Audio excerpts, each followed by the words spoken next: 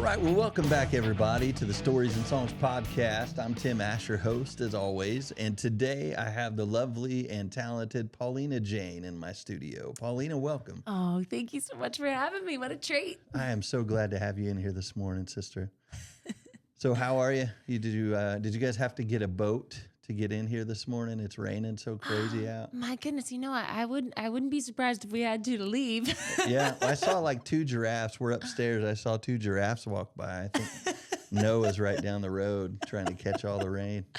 I hear we've got a big old storm coming tonight. I'm supposed to go to this bonfire rider thing tonight, and I don't think it's going to be happening. No, it's going to be candlelight inside, probably. Exactly. Probably. Well, tell me what's going on with you in your career right now. Oh man, I feel really grateful because I've had just a really big season of writing, a season of being able to sit in my house and think about what my heart wants to say and probably also what God wants me to say. And so I've been doing a lot of that and sort of developing my squad, my new writing squad here in Nashville too. Yeah. I think it's ever changing, but you always have your few people, that stick around. Sure. So that's been my primary focus right now. And aside from that, I've been just recording lots and lots of things, all different kinds of music too. I mean, mostly in the country vein, but just with different influences. So I'm trying to put together a body of work that I'm gonna be really proud of 15 years from now. Yep. That's the goal, right? Yeah. That's always the goal. Yeah, I hear a lot of gospel influence in everything that you do. Wow, thank you. And you lead worship at a church, right? So I do, yeah. I'm kind of bopping between a couple churches on Sundays. Mm-hmm. I'm down in Bellevue at this one called The Hills, and then I'm also up in Greenbrier at Agape. So it's cool. I don't know. I didn't get to do that as a kid, and a lot of people who do music got to grow up in the church and sing in the church, and so this is a new experience for me. And I'm loving it. It's so cool. I get to go do what I love and worship God while I'm doing it. Mm-hmm. It's amazing. Yeah, I did. I led worship, off and on for 15 years, during my music career and after, and there's a whole story to that too. But it was always, do you find, here's a question for you. Do you find, is it easy for you to differentiate between when you're up there leading worship and when you're the artist? You know what's funny? That concept is really interesting because when I first started leading worship, I just kind of wanted to be glued to the wall and nobody look at me. I just wanted to play the piano. Just pull the black curtain and stand behind it. Yeah, and I still sort of feel that way to some degree when I'm up there. But now I've realized that the things that I choose to do up on a stage really are just a proclamation of what I believe and what I'm singing. And so, and they're a visual for that as well. Sure. So I do that in my live shows for country music. So why am I not doing that for God?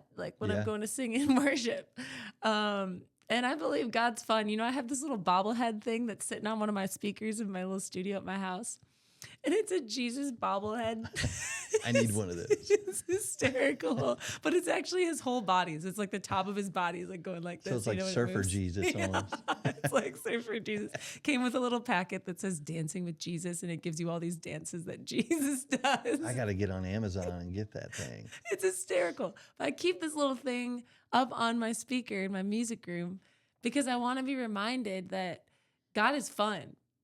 He's fun and he's got a sense of humor. I mean, look at some of us, He created us, My wife and I have a sign in our kitchen. It says, "We plan and God laughs." So, yeah. And the one right next to it says, "As far as everyone knows, we're a normal family." Yes, right. Exactly. Yeah. God definitely has a sense of humor. He does. But but because he's fun, I think you're allowed to have fun while you're worshiping, which is what I do in country music. So why not combine the two? Sure.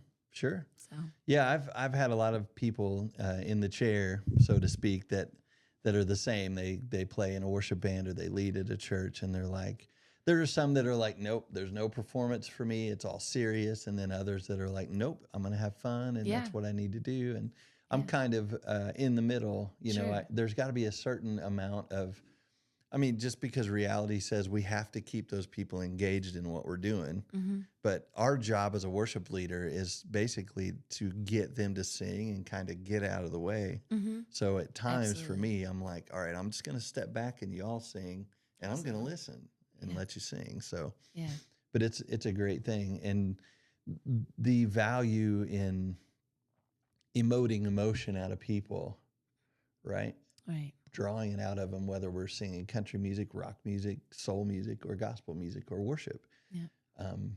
That's what we do it for, right? That's what I do it for. Yeah. I think what's so compelling is you'll see these people who'll come to a show and they'll be standing at the front, but they're nervous to move initially. You know, you won't play that first song and they'll just kind of like, they'll be just get a little bob in their head. Then by the end of the set, they're freaking just out. They're rocking. like, let's go. Yeah. You know what I mean? Like just letting it rip. And I love that moment. I live for that moment because I'm that person too. I'm kind of shy when I go to concerts initially. And then after a couple of those bangers that I love, all of a sudden I'm just in. I'm just in. I can't help it. Yeah, I'm totally opposite of that. I'm the biggest drag at a concert for people on the stage because I actually choose. We got seats to go see Daughtry and whoever Yeah. a few years ago. My wife's brother bought them for us for Christmas, Yeah. and he bought us floor tickets. So they were like in the pit. There's no Wow. chairs. I'm like, I don't want to stand here, and I don't Yeah. care to get sweat on me. I don't care, you know. I've been on that stage before, so for me it was.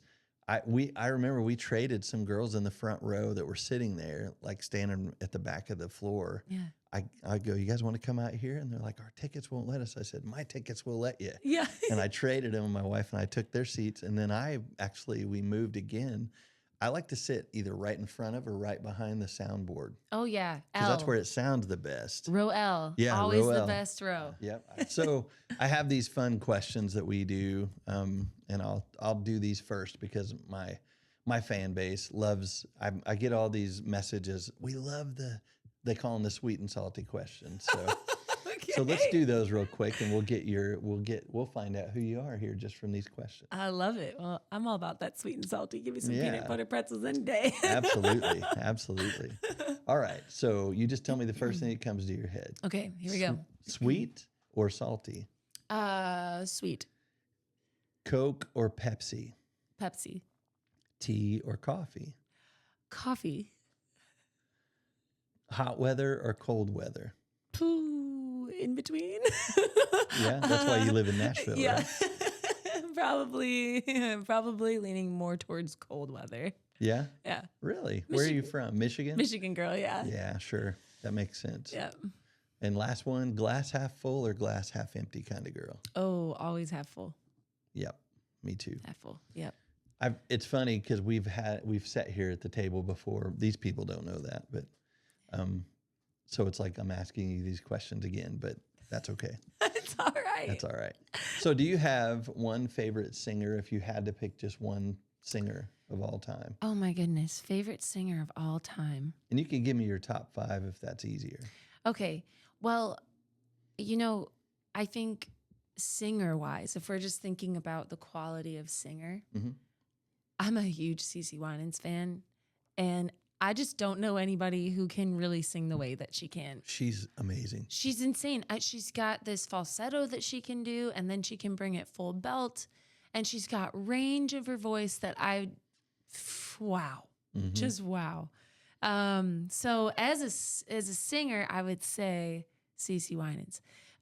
When it comes to just appreciating the different character in people's voices, though, I love some Pink. She's also a wonderful singer, though. I love what she does with her voice, and I've been seeing her and Kelly Clarkson just popping up on TikTok like crazy lately. Yeah, that was so good. That was sweet. They did like this little duo thing, and a duet, and so between those two, they had a big impact on me growing up, and so did Aretha Franklin. Like I loved listening to her music. Stevie Wonder. My gosh, I could keep the list going and going, but. Kiki Sheard, she was another one. Ooh, she had this one song and she had some bass and some kick pumping in there so hard. It was almost matching her vocal. I loved that. So I don't know. Between those singers are probably my favorites. I could keep going though if you'd Yeah. like. Oh no. That's so I love it because you didn't name any like country singers today. Be- because most of those country singers that you would have named would have picked some of the same people you picked, you know? Interesting. And I think there's a weird, an awesome but weird dichotomy there that a lot of people in your genre, from you to Carrie Underwood, Mm-hmm. and you know Miranda, and in between, there's some country influence there, but there's a lot of gospel, a lot of soul. Yeah. You know, I mean, Aretha Franklin, my goodness, Wow. man. So yeah, so that's good. And Pink is the modern day Aretha Franklin, in my opinion. She's amazing. Pretty insane. Have you do you take vocal lessons, or have you ever done that, or do you do that? I, for a very long time, did a lot of work with a guy named Herschel Boone, Okay. and he's outstanding. He's located up in Detroit. He actually sings backups right now for Kid Rock, but he's sung for everybody like Mary J. Blige, all these different people. And, you know, up in Detroit, there's a really tight knit community. And so when I signed my first management deal, that community really took me in, and Herschel was one of those guys. And it's been a gift to get to learn underneath him. He is just, his voice is capable of so many things. You know what? I take back who my favorite singer is. I think it may be Herschel Boone. Okay. We'll have to look him up. I Herschel will- Boone. I will send you some of his stuff. He's out of this world. But yes, I got to learn under him for quite some time. And then when I moved here to Nashville, I was working with Janet Kenyon. She's wonderful. Melissa Kirby is another wonderful Yeah. coach. And so I basically just have maintenance calls with them. I'll be like, hello, I need to come in because I'm doing something wrong. Or Can you help me iron this out? yes. Or Yeah. I've got this really hard song I need to sing, and can you help me figure out what I can do to make this really blast, you know? Sure. So, I'm always wanting to learn more and understand the craft of singing better. So, all right. If you had not become a musician, what do you think you would have chose as your career? Well, for a long time, I thought, oh, I'll just follow in my parents' footsteps and do the lawyer thing, because I always thought it was cool to defend people. You know, I thought that was kind of a cool concept. But I realized my brain was not cut out for that. You know, aside from music, I honestly can tell you this. I don't have another desire in my life. There's no plan B. I have zero plan B. This is it for me. This is what I love. And I believe that God has put it on my heart that this is where I'm supposed to be and what I'm supposed to be doing. And I know that I'm going to be provided for the whole way. So I say that in the most humble way too, because I know that it's not easy. But like, I know that this is what I'm supposed to be doing. Sure. So, what is it about music that makes you feel so passionate? Because it just oozes out of you. Oh man. What I've realized about music is that it's probably one of the closest things we have to heaven, because it's the only thing I can think of here on earth that will also be in heaven. And so, And dogs. and dogs. Yes. Maybe. Well, I consider the souls to be like just a given. Yeah, for sure. But, you know, I don't know if there's going to be grass in heaven, but there is going to be music. You know, I know that for sure. And talks about it. So I think part of the reason I'm so passionate about it is because it feels like this special sort of language I get to speak. And not only do I get to speak it, but everybody else does as well. And that's really compelling to me. And I can connect with so many people through a song. Like we can share in the love of a song. Sure. And not have anything else in common. It's like a common ground, universal, what do they say, universal language. So, yeah, that's beautiful. If you could have a dream collaboration, alive or dead, Okay. who's one person you would love to collaborate with? Oof. Well,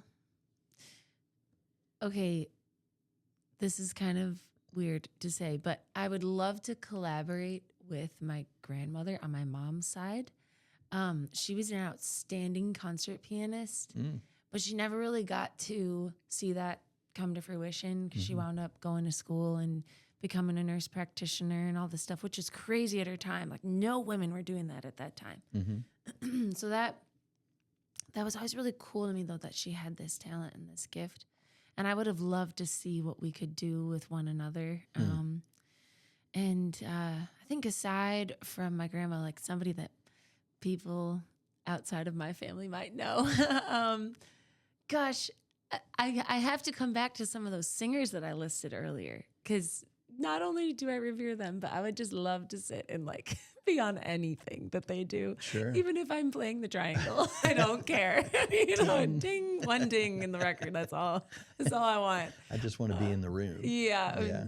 Tori Kelly is another one of those. Gosh, I'd sit there and play that triangle all Gosh, day. I could see that all day. You guys would be fantastic together. Oh man, she's insane. Insane. You're no slouch. I'm saying, man, I've listened through your whole catalog in the last few days, Thank you. mainly because I didn't want to call you by the wrong name this interview. But yeah, I've listened through it all. I just really wanted to get to know you, and I feel like a lot of people, if you just listen to their catalog or you watch them on the Stories and Songs podcast, you get to know who they are. Yeah, absolutely. So, and I get both with you. So, everybody else does now. So, Thank you. do you have what's your jam in the car? Like you might be embarrassed or probably not, because I'm not embarrassed. I mean, I love Right Said Fred. You know, I'm too sexy for my shirt. I love It's I'm amazing. not. I'm not sexy enough to not wear a shirt. So, I love that. but what's your go-to turn it up in the car and sing loud jam? So there's this there's this AM radio station. I'm forgetting what it is right now because it's always on in my car. But it's like the most hype gospel music, and I just leave it on and like get in my car. I'm like, yeah, we can do anything we want to do today. That's one of Wow. my favorites. But then on the other end of the spectrum, if I want to like really get in the zone, who am I going to turn on? I'm going to turn on some "Lose Yourself" by Eminem. That's a no-brainer to me. Nice. Heck yeah. Yeah. So yeah, I think those are probably my two hype songs. My 12-year-old can rap that whole song. So little can boy. I. So we yeah. should do a wrap off. He can also rap all of like Godzilla, and Wow. I don't know if I'm too proud about that, but he can do it. So. Yeah. So when you first got into music, when you were younger, did you have like a light bulb moment of like, I got to do this? Honestly, no, I did not. I fell in love with piano really young. I started taking lessons when I was 5 years old, and I did not love the lessons, but I loved the instrument. Sure. So I'd be sitting there learning like Beethoven and Bach and all these different pieces and sonatas and la la la, you know. And I wound up loving it after my mom said to me, Paulina, I don't know if you realize this, but you may hate learning the music itself. But you're speaking a language right now to somebody who's literally in a grave. Like this man left you a message hundreds of years ago. Mm-hmm. And you are now playing this message on the piano to people to hear who can't read this music that you're reading. Wow. And when That's pretty heavy. Yeah, it was wild. We think a little deep. Yeah. I mean, I learned to play Journey and Supertramp songs on the piano. So. Well, when I learned the boogie woogie, I think that's honestly when everything changed. And I was 9 and I was sitting there and I played this song that I had started writing, and it was just like a classical sounding piece. And honestly, like that was the beginning of writing. I think music was just an outlet for some of the things I was going through in my own life and Sure. in my family, and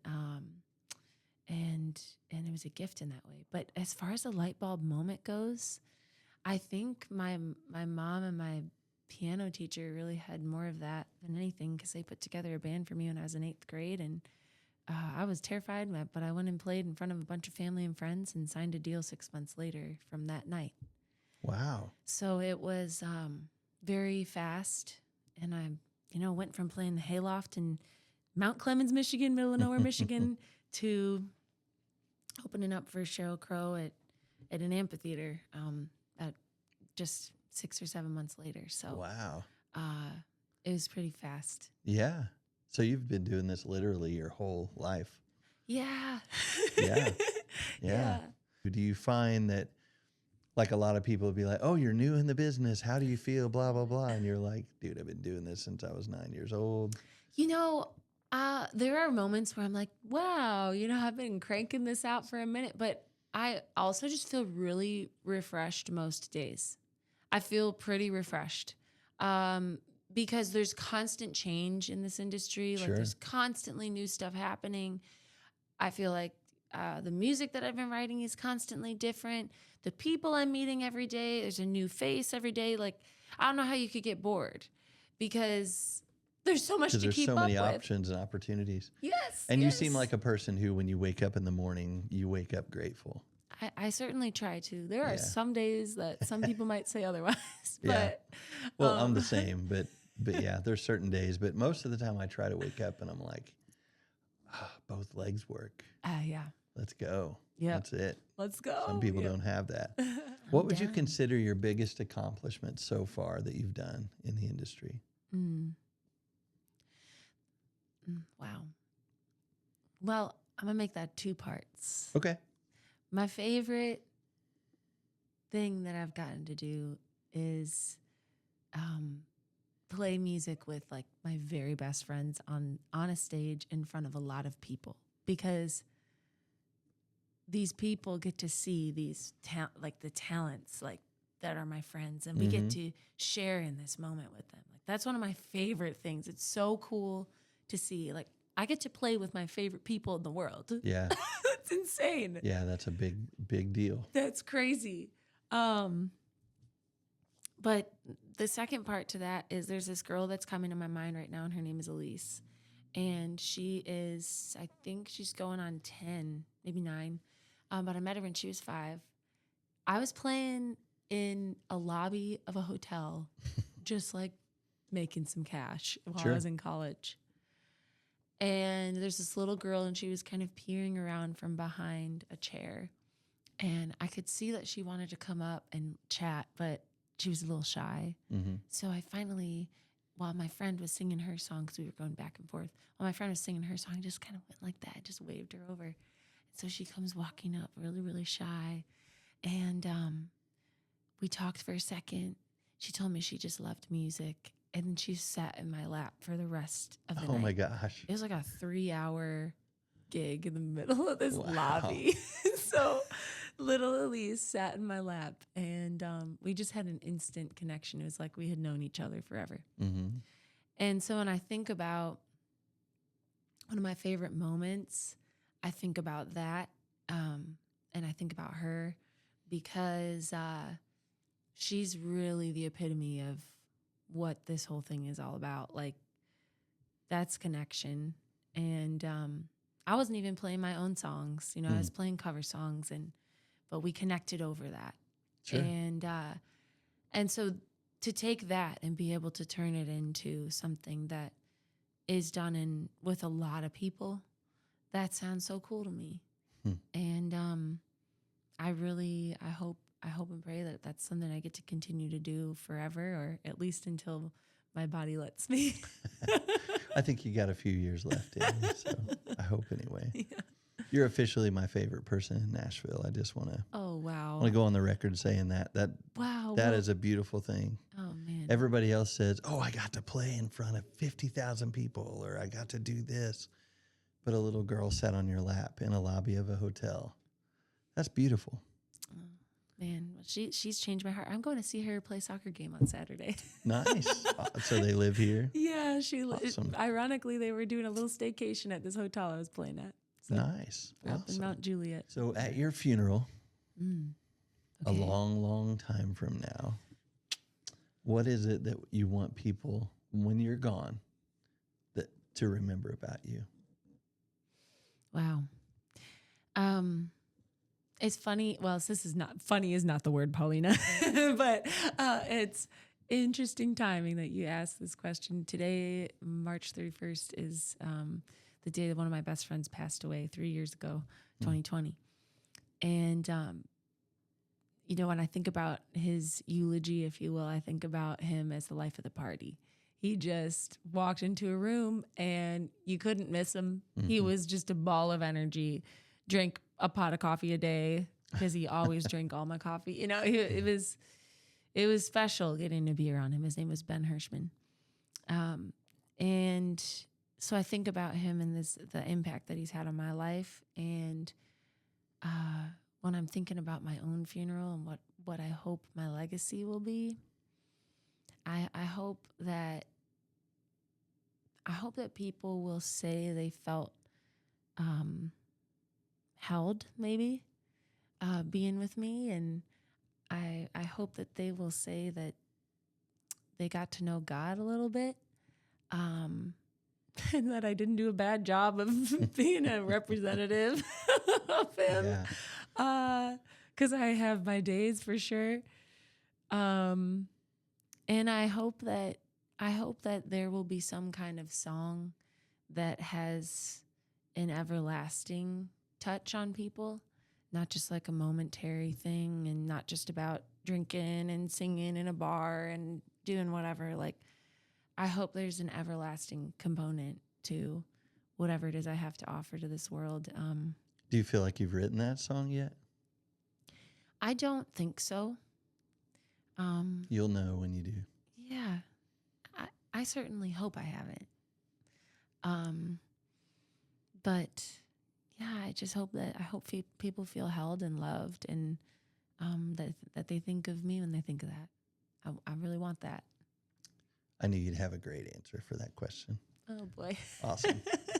Well, what is next for you, Paulina? What's going on this spring and summer for you? You know, I wish I could say I've got X, Y, and Z that I'm really, really gearing up for, but rather than that, I think what I'm most excited to talk about is the fact that this summer I've chosen to intentionally be in town a little bit more and writing music. Like I said earlier, like I just really felt like this was supposed to be a year of writing. And I think that God is kind of directing my path a little bit right now and shifting a couple things around and trying to show me something. And so I'm just trying to be a listener. And I feel like one of the ways I can do that is by being still and in my place where I live. So I will be here and writing, and co-writers, let me know. And I'm one of those. Are you doing a residency here? I believe I will be doing a residency at the Electric Jane. Yeah. I'm excited about that. That venue's pretty sweet. It's pretty close to where we're sitting right now. It's just off of Music Row, and it's the creators of this place were so intentional in the details that they included in here, like from the seats, the color of the seats. They were this beautiful teal blue. Yeah, it's about his grandmother, right? Yes, it's the color of the seats are supposed to match his grandmother's eyes, the color of her eyes, and so I love those kinds of details. I'm all about that stuff. So the fact that I get to be a part of a venue like that with that kind of intentionality seems pretty dang cool to me. Yeah, that's really cool. Thanks. Super cool. So you're not really going out and playing a lot of shows. You get to stay home and play. I think that's what I'm going to be doing this year. I've got a lot of spot dates already, but aside from those, you know, I'm going to be intentionally rooted in Nashville. Cool. Very, very cool. And will some of those be, have you guys thought about live streaming some of that stuff? For sure. Yeah, actually, my buddy Devin Garrett, he runs a lot of video stuff, and that's one of the things he's looking at doing for us for those. Awesome. So let's do that real quick. Just look over into this camera. Cool. And tell everybody who you are and where they can find you. Sweet. Hey, everybody. I am Paulina Jayne. I would love to connect with you on Instagram, Facebook, Twitter, TikTok, whatever it is you like to use. It's just at Paulina Jayne or at Paulina Jayne Music. And I've also got a little website if you want to get to know each other there too. It's paulinajayne.com, Jayne. Thank you for listening. Awesome. Well, thank you so much once again for coming into the studio. Looking forward to hearing a song from you. Thanks. And hopefully having you back maybe at the end of the year. We'll see if you and I get together and maybe with somebody else and maybe right across the street or something. Heck yeah, let's do it. Yeah, it's cool that Paulina, actually, you guys pointed out that the first writing session she did in Nashville is right across the street here from where we're at. Yeah, it's wild. Set up today. So It was wild. I saw that Carnival Music. I said, my goodness, there we are. yeah, nice. And what year was that? Oh, gosh, I think that was 2015 maybe, or Yeah. I think it had to. No, it was 2012. 2012. First co-write Wow. in Nashville. So 11 years ago. Yeah, I was still in high school. I wasn't even living here. Yeah. Wow. Crazy. Awesome. Crazy. All right. Well, once again, thanks for hanging out. So, Thank you. well, everybody, thank you so much also for hanging out in the Stories and Songs podcast. As always, I'm Tim Asher, host, and I'm happy to have Paulina Jayne in here with me today. Thank you guys for hanging out, and I will see you in the next one.